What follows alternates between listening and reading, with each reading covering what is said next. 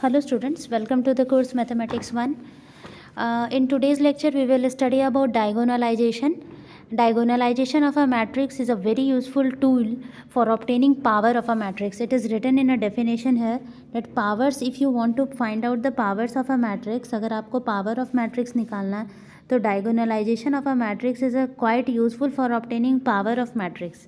Like suppose if any matrix is given and you have to, A is a matrix and you have to find out A to the power 6, then how you will find out? So this can be done with the help of diagonalization of a matrix. So it's very useful tool. We will do some question also which is dependent on this. So let A be a square matrix, then a non-singular matrix P can be found such that D is equal to P inverse AP. देखो यहाँ पे क्या है कि हमारे पास A कोई square matrix है और हम लोग एक नॉन सिंगुलर मतलब जिसका डिटर्मिनेंट ज़ीरो नहीं है, एक मैट्रिक्स P लिए और हम लोग D को रिप्रेजेंट कर रहे हैं P इनवर्स AP. ये P जो है वो हम खुद से एक नॉन सिंगुलर डिटर्मिनेंट मैट्रिक्स लिए हैं. ठीक है. अब देखो इसमें क्या हो रहा है कि अगर हमें D स्क्वायर करना होगा तो ये P इनवर्स AP जो है वो 2 टाइम्स लिखना होगा. तो आप जान रहे हो कि P इनवर्स P का मतलब क्या होता है, 1 I होता है. ये चीज़ हम लोग जानते हैं P इनवर्स, क्योंकि देखो कोई इनवर्स है और ये P है, मतलब P इनवर्स मतलब 1/P into P is equal to P cancel हो गया, आंसर आपका I आ गया, आइडेंटिटी मैट्रिक्स. तो इसीलिए अगर आप इसका D स्क्वायर करो, D क्यूब करो, आपका P इनवर्स P तो वही रहेगा, बस आपका A स्क्वायर हो जाएगा. अगर क्यूब करोगे तो A क्यूब हो जाएगा, लेकिन P इनवर्स P ही रहेगा. और उसी तरह से अगर D to the power n करोगे तो P इनवर्स ही रहेगा, A to the power n रहेगा, P रहेगा. ठीक है. तो यहाँ पे अब देखो, to obtain A to the power n pre multiply 1/P and post multiply by P inverse. ठीक है. तो अब हम लोग क्या करेंगे, चूँकि हमारे पास देखो यहाँ पे क्या है कि हमारे पास अब ये वाला पोर्शन आ गया. अब यहाँ पे हम लोग क्या कर रहे हैं, D to the power n में क्या कर रहे हैं, प्री मल्टीप्लाई कर रहे हैं P, और D to the power n में ही पोस्ट मल्टीप्लाई कर रहे हैं P इनवर्स. तो अगर आप कोई काम इस तरफ कर रहे हो, LHS साइड कर रहे हो, तो RHS साइड भी करोगे. तो यहाँ पे P इंटू P इनवर्स करोगे तो 1 हो जाएगा, यहाँ भी P इंटू P इनवर्स करोगे तो 1 हो जाएगा. तो A to the power n जो है, A to the power n जो है वो क्या हो जाएगा, P D to the power n D P का इन्वर्स. ठीक है. अब ये आप लोग सोच रहे हो कि ये D to the power n क्या है, तो D हमारा डायगोनल है, डायगोनल मैट्रिक्स है. ठीक है. DN जो है वो डायगोनल मैट्रिक्स है, और डायगोनल मतलब सिर्फ डायगोनल में ही एलिमेंट्स होंगे और बाकी जो उसके साइड में जो अपर ट्रायंगुलर में और लोअर ट्रायंगुलर में आपके जो मैट्रिक्स एलिमेंट्स होंगे वो ज़ीरो होंगे, तो वो डायगोनल है. तो देखो वर्किंग प्रोसीजर इसका क्या हो गया, find the eigen values for the square matrix A, find the corresponding eigen vector and right the modal matrix P. मतलब हम लोग P लिखेंगे कैसे वो अभी बताया गया. फिर find the diagonal matrix D, और D जो होगा वो किसके बराबर होगा, P इनवर्स AP के, और obtain A to the power n. तो ये तो खैर वर्किंग प्रोसीजर है, ये आपका 5 मार्क्स में ये क्वेश्चन आ सकता है कि what is the working procedure for finding out powers of a matrix. ठीक है. वैसे तो आपके सिलेबस में ये तो जो टॉपिक है वो लिखा हुआ है डायगोनलाइजेशन ऑफ अ मैट्रिक्स, लेकिन with the help of diagonalization of a matrix we are finding powers of a matrix only. So see here one question is there in which it's need this. तो देखो यहाँ पे A हमारा matrix है, A हमारा matrix ये दिया हुआ है और हमको इसको सबसे पहले डायगोनल फॉर्म में लिखना है. Students, if you know how to write any matrix in a diagonal form, it means you can find out the powers of a matrix also.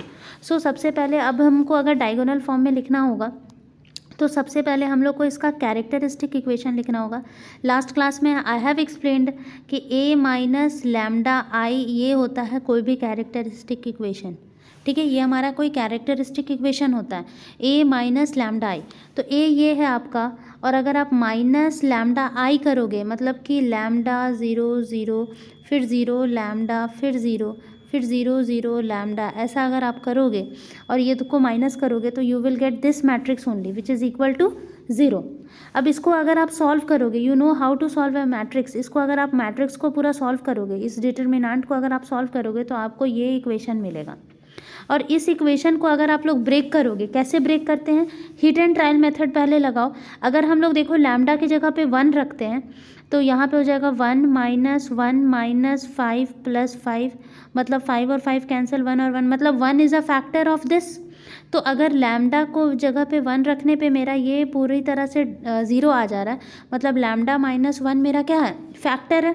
और फैक्टर है तो क्या हो जाएगा, इस पूरे इक्वेशन को हम लोग लैम्डा माइनस 1 से क्या करेंगे, डिवाइड करेंगे। और डिवाइड करने के बाद जो यहाँ पे आपका कोशिएंट आएगा, यहाँ पर जो आपका कोशिएंट आएगा उसको आप फिर से ब्रेक करोगे तो आपका फिर से 2 वैल्यू आएगा लैम्डा का, ठीक है। तो इस तरह से अगर क्यूबिक इक्वेशन है, जैसे ये आपका क्यूबिक इक्वेशन है, तो क्यूबिक इक्वेशन में आपका 3 वैल्यूज़ आएगा, और एक वैल्यू तो हम लोग हिट एंड ट्रायल मेथड से 1 ले आए थे, और 2 वैल्यू जो है हम लोग इसको डिवाइड करके लाते हैं। तो देखो वो 2 वैल्यू जो है √5 और -√5 है, तो इसी को हम लोग आइगन वैल्यूज़ ऑफ ए कहेंगे। तो देखो स्टूडेंट्स, अभी हम लोग एल्गोरिदम में भी देखें कि हमें सबसे पहले क्या करना होता है, हमें eigen values of a square matrix find करना होता है। तो सबसे पहला काम जो था आइगन वैल्यू फाइंड करना, वो हम लोग आइगन वैल्यू लैम्डा 1 √5 -√5 ये फाइंड कर लिए। अब देखो हम लोग आइगन वेक्टर निकालेंगे। आप you can see the procedure कि यहाँ पर आप देखो कि find the corresponding eigen vector, right the modal matrix P. तो अब हमारे पास आइगन वैल्यू अगर आ जाता है तभी हम लोग आइगन वेक्टर भी निकाल सकते हैं। तो अब हम लोग आइगन वेक्टर, हम लोग लैम्डा जब आपका 1 होगा तब क्या आइगन वेक्टर होगा, लैम्डा √5 में आइगन वेक्टर निकालेंगे। वो आप लोग जानते हो कैसे लगाएंगे, लैम्डा के जगह पे हम लोग एक बार 1 रखेंगे तो मेरे पास कुछ मैट्रिक्स आएगा, और यहाँ पे हम लोग x, y और z लिखते हैं विच इज़ इक्वल टू 0। और उसके बाद हम लोग ये 3 इक्वेशन आया, इन 3 इक्वेशन को अगर आप सॉल्व करोगे तो you will get this equation. तो ये आपका, अगर आप इसको कैंसिल करोगे तो 1 0 -1 आएगा, तो 1 0 -1 आपका आइगन वेक्टर हो गया, किसके कॉरेस्पॉन्डिंग, लैम्डा इक्वल टू 1 के कॉरेस्पॉन्डिंग ये आपका आइगन वेक्टर हो गया। अब आप देखो कि लैम्डा अगर 5 होगा तो यहाँ पे अगर आप लैम्डा के जगह पे 5 रखोगे तो you will get this kind of equation. और ये 3 इक्वेशन को अगर सॉल्व करोगे, if you will solve these 3 equations, तो आपको इस तरह का कुछ मिलेगा, √x by √5 -1, y by 1, z by -1। तो इस तरह से आपका ये आपका क्या हो जाएगा, आइगन वेक्टर हो जाएगा, ठीक है। अब उसके बाद similarly root lambda is equal to -5 के कॉरेस्पॉन्डिंग हमारा आइगन वेक्टर ये हो जाएगा। अब ये 3 आइगन वेक्टर्स को अगर आप कॉलम्स में लिख दो, देखो लिखने का भी तरीका कैसा है कि ये पहला आइगन वेक्टर, ये दूसरा आइगन वेक्टर और ये तीसरा आइगन वेक्टर। मतलब हम लोग ऐसे नहीं सजा रहे, ऐसे नहीं सजा रहे आइगन वेक्टर्स को, हम लोग ऐसे आइगन वेक्टर्स को सजा रहे हैं, ठीक है। तो आइगन वेक्टर्स, तो ये आपका पी होगा, पी मैट्रिक्स होगा जो कि नॉन सिंगुलर मैट्रिक्स होगा। अब देखो पी मैट्रिक्स अगर हमें पता चल गया तो ठीक है, हमारे पास पी मैट्रिक्स हो गया। अब हम लोग यहाँ पे डायगोनल, चूँकि हमें तो फाइंड कुछ करना नहीं था यहाँ पे, हमें तो सिर्फ सिंपल एक डी डायगोनल मैट्रिक्स फाइंड करना है। तो डायगोनल मैट्रिक्स फाइंड करने के लिए हमें पी निकालने का वैसा कोई ज़रूरत नहीं है। अगर आपको आइगन वैल्यू भी पता चल गया तो you can write down the diagonal value. देखो लैम्डा 1, लैम्डा 2, लैम्डा 3, ऐसे डायगोनल मैट्रिक्स, डायगोनल नाम से ही लग रहा है, लैम्डा 1, लैम्डा 2, लैम्डा 3, यहाँ पे 0 0 0 0 0 0 ऐसे रहेगा, ठीक है। तो लैम्डा 1 मेरा क्या आया, लैम्डा 1 का मेरा वैल्यू क्या आया, देखो यहाँ पे लैम्डा 1 का मेरा वैल्यू क्या आया है, 1। यहाँ पे देखो आंसर इसका, देखो 1 √5 -√5। तो यहाँ पे आपका क्या हो जाएगा, ये 1 √5 -√5 ये आपका आइगन वैल्यूज़ हो गया, और यही हमारा डायगोनल मैट्रिक्स हो गया। तो यहाँ इस क्वेश्चन में हमें डायगोनल मैट्रिक्स, चूँकि डायगोनल फॉर्म में भी लिखना था, और reduce a matrix A to a diagonal form, तो हम लोग डायगोनल फॉर्म में पहले हम लोग पी भी लिख दिए। तो ये एक तरह से मॉडल मैट्रिक्स भी कैसे, इस क्वेश्चन में हमारा 2 क्वेश्चन सॉल्व हो गया। एक क्वेश्चन में कि how to write a modal matrix for a given matrix, और कैसे हमें डायगोनल फॉर्म में कोई भी मैट्रिक्स को रिप्रेजेंट करना है। तो if you can find out the value of eigen values, you can write any matrix in its diagonal form. And modal matrix you have to find out eigen vectors also to find out the modal matrix. अब देखो ये question एक है, ठीक है। इस question में देखो हमें क्या करना है, e to the power a और 4 to the power a find करना। अगर a मेरा ये दिया हुआ है, कैरेक्टरिस्टिक इक्वेशन निकाले, you know characteristics minus lambda i equal to 0। इसको अगर आप सॉल्व करोगे तो यू विल गेट दिस। तो ये तुम्हारे पास इक्वेशन बना। इसको चूँकि क्वाड्रेटिक इक्वेशन है तो इसका लैम्डा जो है 1 और 2 आ गया।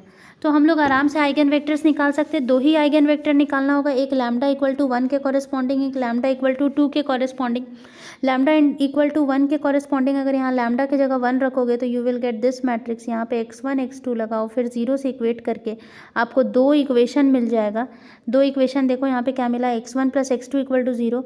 तो यहाँ से हमारा एक x2 का वैल्यू -1 आ रहा है और x1 का वैल्यू 1 आ रहा है।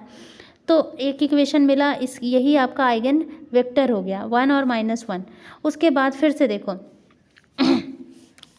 से देखो अगर हमें क्या लिखाना है, देखो इसको लिखने का भी ऐसा तरीका होता है। हम लोग लास्ट क्लास में ऐसा पढ़े थे कि ऐसा आप इसको लिख सकते हो, फिर x1/1 इक्वल टू x2/-1। तो इस तरह से आपका 1 और -1 जो है वो आइगन वेक्टर है। सिमिलरली अब लैम्डा इक्वल टू 2 के लिए आपका आइगन वेक्टर देखो क्या आया, x2 और x1 दोनों 1 1 आया। ठीक है, तो आप जो जानते हो, जिस मेथड से जानते हो वैसे भी निकालो, कोई भी मेथड यूज़ करो। अब अभी तक तो हम लोग आइगन वेक्टर ही बस निकालें। अब देखो आइगन वेक्टर आने के बाद हमें क्या करना है, डी निकालना है। डी क्या होता